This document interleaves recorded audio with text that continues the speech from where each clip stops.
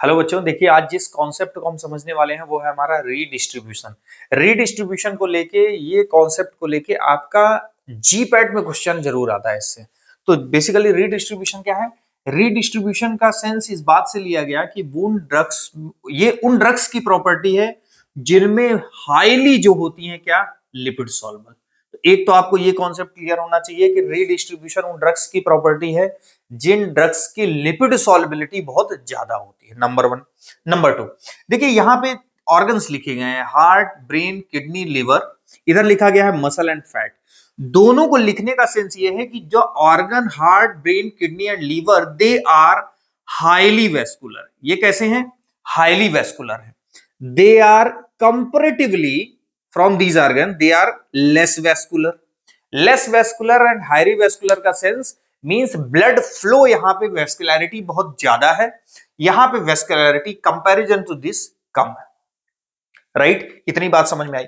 अब देखिए होता क्या है, आज जब आप कोई ड्रग ऐसी देते हैं जिसका लिपिड सॉल्युबिलिटी बहुत ज्यादा हो, तो लिपिड सॉल्युबिलिटी ड्रग को जब आप ज्यादा देते हैं, लाइक हम जनरल एनेस्थेटिक में अगर बेसिकली हम बात करें, थियोपेंटल सोडियम, इसी का एग्जामिनेशन में actually question multiple choice question में आता है, इसलिए मैंने बताया थियोपेंटल सोडियम।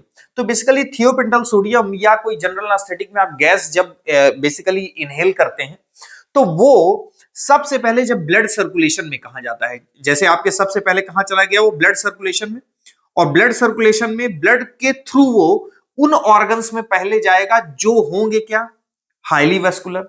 ठीक है, आपने ड्रग ली इंट्रावेनसली, तुरंत वो ड्रग कहां गई, हाईली वेस्कुलर में। बाद में कहां गई, लेस वेस्कुलर में, लाइक यहां पे। लेकिन बच्चों चूंकि ड्रग का नेचर था हाईली लिपिड सॉल्युबल, तो इस नेचर की वजह से अल्टीमेटली ड्रग को आना है कहां पर, जहां पे लिपिड कंटेंट ज्यादा है, और लिपिड कंटेंट आपका एडिपोज टिश्यू में ज्यादा है। तो अब धीरे धीरे ओवरऑल ड्रग यहां पे तो गई, प्राइमरली गई तो यहां पे, लेकिन धीरे धीरे वो शिफ्ट कहां होगी। अच्छा, ये शिफ्टिंग क्यों हुई? ये शिफ्टिंग इसलिए हुई क्योंकि ड्रग का अपना जो नेचर था वो था highly lipid soluble. Lipid soluble की वजह से ये इधर से शिफ्ट हो गई किसमें, एडिपोज टिश्यू में, लेस वेस्कुलर कंपार्टमेंट में। तो एडिपोज टिश्यू में अब ड्रग एक्यूमुलेट होगी, तो ड्रग की कंसेंट्रेशन फॉल कहां हुई, इन ऑर्गन्स में।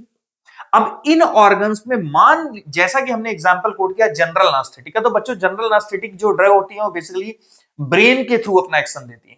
तो ब्रेन में ओवरऑल ड्रग का अब लेवल क्या होगा, कम। कम क्यों हुआ? क्योंकि ड्रग कहां शिफ्ट हो रही है, यहां।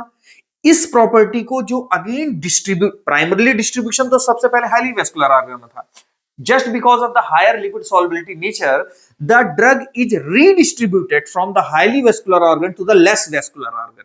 So we can say that redistribution of drug overall brain में ड्रग के अमाउंट को क्या कर रहा है, कम कर रहा है।